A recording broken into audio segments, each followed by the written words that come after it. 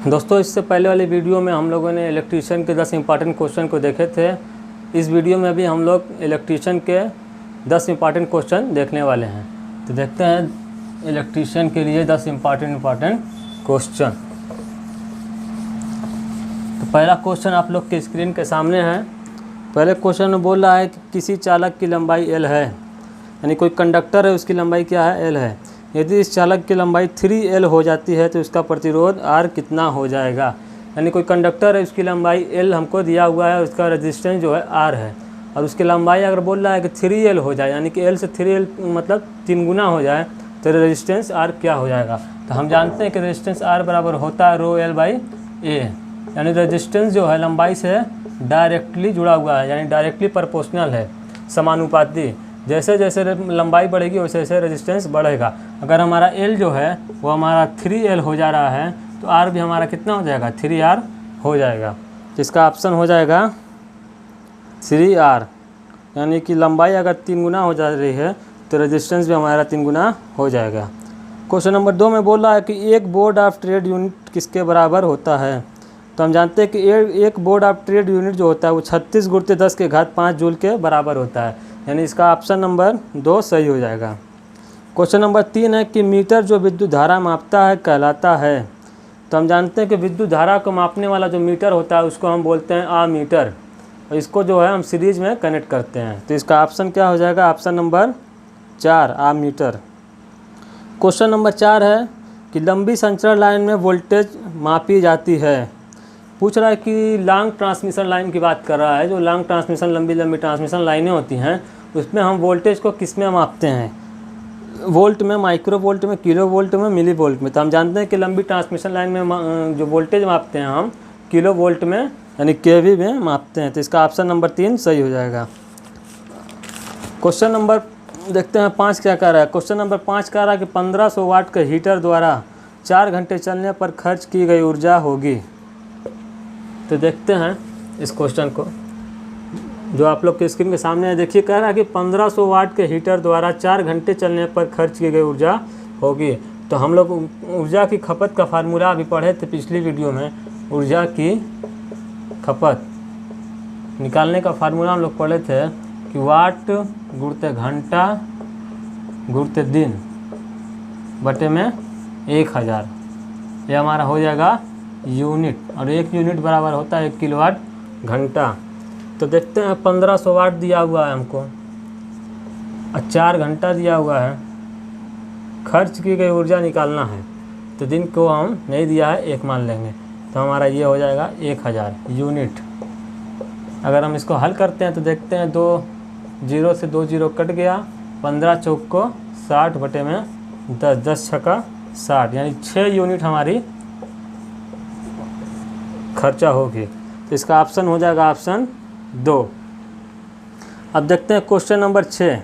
Question number 6 में बोल रहा है कि 3 ओम, 2 ओम और 5 ओम के क्रमशः 3 प्रतिरोध हैं।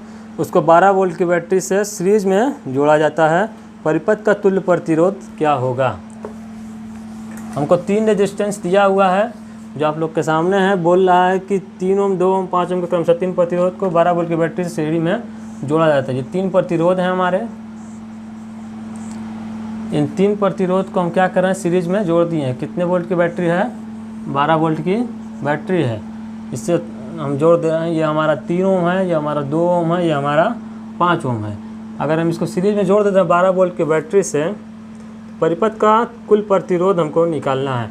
तो हम जानते हैं कि सीरीज में तुल्य प्रतिरोध निकालने के लिए वो हमारा फार्मूला होता है R इक्विवेलेंट। अगर हम निकालें तो होता है R1, R2, R3, इस तरीके से हमारा चलता रहता है। तो हमारा 3 है तो हम R3 तक लेंगे, इसको जोड़ देंगे 3 और 2 5, तो हमारा हो जाएगा 3 2 5 5 10 ओम। तो इसका आंसर हो जाएगा 10 ओम, यानी ऑप्शन 1 सही है। क्वेश्चन नंबर 7 में बोल रहा है कि विद्युत आवेश की इकाई क्या है?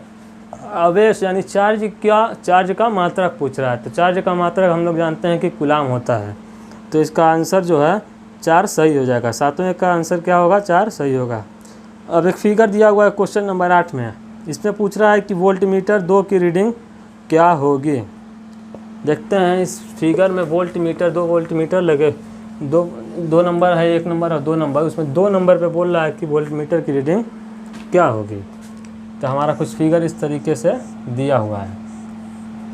ये है हमारा 250 वोल्ट सप्लाई दिया गया है, और यहाँ पे इस पे 1 नंबर है, ये हमारा 2 नंबर है। इस पे बोल रहा है कि वोल्टमीटर की रीडिंग क्या होगी। ये 100 ओम है, ये 100 ओम है। देखिए ऐसे भी हम देखें तो हमको पता चल रहा है कि ये 250 वोल्ट टोटल दिया गया है, और दोनों रेजिस्टेंस हमारे 100 ओम के बराबर दिए हुए हैं। तो ऐसे भी देखें तो 125 वोल्ट इस पर होगा, 125 वोल्ट इस पर होगा। अगर हम वोल्टेज डिवाइडर रूल से निकालना चाहें तो एक रूल होता है, उसको बोलते हैं वोल्टेज डिवाइडर रूल। मान लीजिए कि इस पर हमको निकालना है, तो हम लिखेंगे, अगर हम इस पर V1 मान लेते हैं वोल्टेज, इस पर V2 मान लेते हैं। अगर हम V2 की बात करें तो उसको वोल्टेज डिवाइडर रूल बोलता है कि जिस पे पहले हम पूरा वोल्टेज ले लेते हैं V, और जिस पे वोल्टेज निकालना है उसके रेजिस्टेंस को लेते हैं, यानी 100 लेंगे, और बटे में दूसरा रेजिस्टेंस इसको लेते हैं, अब प्लस उसको भी लेते हैं। ये कहता है वोल्टेज डिवाइडर रूल। तो ये हमारा हो जाएगा 250 गुणित 100 बटे में 100 200। अब ये 100 दूना 200, और 200 से 250 को डिवाइड करेंगे, 2 से 250 को डिवाइड करेंगे तो हमारा आएगा 125 वोल्ट। तो ऐसे भी हमारा 125 वोल्ट आ गया। तो इसका ऑप्शन कौन सा हो जाएगा? Option number B, 125 volt. अब क्वेश्चन नंबर 8 में बोल रहा है कि एक संतुलित ब्रिजस्टोन ब्रिज के लिए x का मान होगा। इसमें ब्रिजस्टोन ब्रिज दिया हुआ है, उसमें x की वैल्यू हमको पूछ रहा है क्या होगा। और यह भी कहा है कि ब्रिज कैसा है, संतुलित है, यानी बैलेंस है, ये हमको दिया हुआ है। ये हमारा गैलोमीटर लगा हुआ है, और ये हमारा रेजिस्टेंस है एक, और यहाँ भी एक रेजिस्टेंस दिया हुआ है, और यहाँ से हमको इसको सप्लाई दिया हुआ है। ये हमारा x की वैल्यू निकालना है। ये हमारा 80 ओम है, ये हमारा 40 ओम है, ये हमारा 4 ओम है। हमको निकालना है क्या, x की वैल्यू। इसमें यह भी बोला है कि ब्रिज जो है संतुलित है। हम जानते हैं कि ब्रिज जब बैलेंस या संतुलित होता है तो इसमें गैलोमीटर में कोई करंट नहीं जाती, यानी इसकी वैल्यू ख़त्म हो जाएगी। अगर हम इसको मिटा देते हैं, इसमें कोई करंट नहीं जा रही, यानी इसका मान ख़त्म, इसको हटा देंगे। अब देखते हैं इसकी वैल्यू क्या होगी। हम इससे करते क्या है कि तिर्यक गुणा हो जाता है। तो हम इसको देखते हैं, तिर्यक गुणा करने में क्या होता है, 80 गुणित 40, नहीं सॉरी 80 गुणित 4 दिया हुआ, 4 बराबर 40 गुणित x। तो x की वैल्यू अगर हम निकालें 40 गुना 4 दूना 8, x बराबर आ जाएगा 8 ओम, यानी इसका ऑप्शन डी सही हो जाएगा, 8 ओम। अब देखिए क्वेश्चन नंबर 9। क्वेश्चन नंबर 9 में बोल रहा है कि बराबर कैपेसिटी वाले 4 कैपेसिटरों की कैपेसिटी क्या होगी जब वे श्रेणी क्रम में जुड़े हों। यानी 4 कैपेसिटर हैं बराबर कैपेसिटी के, वो सीरीज़ में क्या हैं, जुड़े हुए हैं। तो बोल रहा है उनकी टोटल कैपेसिटेंस की वैल्यू क्या होगी। अगर हम 4 कैपेसिटर ले लें, इस तरह से हम कैपेसिटर को दर्शाते हैं।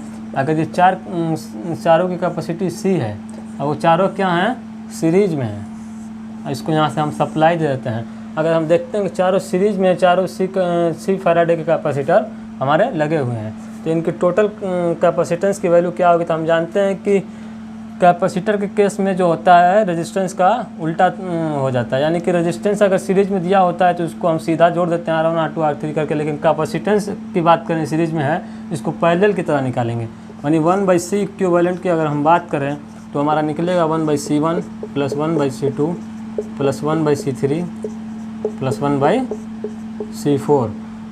इसमें हम अगर वैल्यू रखें, सब हमारा सी फैराड का कैपेसिटर दिया हुआ है। तो अगर यहाँ से हमारा C एलसीएम होता है तो ऊपर बचेगा 1 + 1 + 1 + 1 बराबर हो जाएगा 4/C। अगर हम C इक्विवेलेंट निकालें तो हमारा आएगा C/4। तो इसका आंसर हो जाएगा हमारा, इसका आंसर कौन सा हो सकता, कौन सा क्वेश्चन था ये, क्वेश्चन नंबर 9 था जी। इसका आंसर हो जाएगा C/4, यानी ऑप्शन बी सही है। अब देखते हैं क्वेश्चन नंबर 10। क्वेश्चन नंबर 10 में बोल रहा है, जो आप लोग की स्क्रीन के सामने है, बोल रहा है 4 माइक्रोफैराड कैपेसिटी के 3 कैपेसिटर हैं, श्रेणी क्रम में जुड़े हैं, उनकी कुल कैपेसिटी क्या होगी।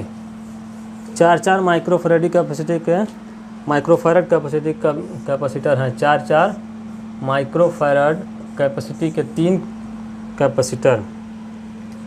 ये 4 माइक्रोफैराड का है, ये भी 4 माइक्रोफैराड का है, ये भी 4 माइक्रोफैराड का है। ये क्या है, सीरीज में जुड़े हुए हैं। कुल कैपेसिटी हमको निकालना है।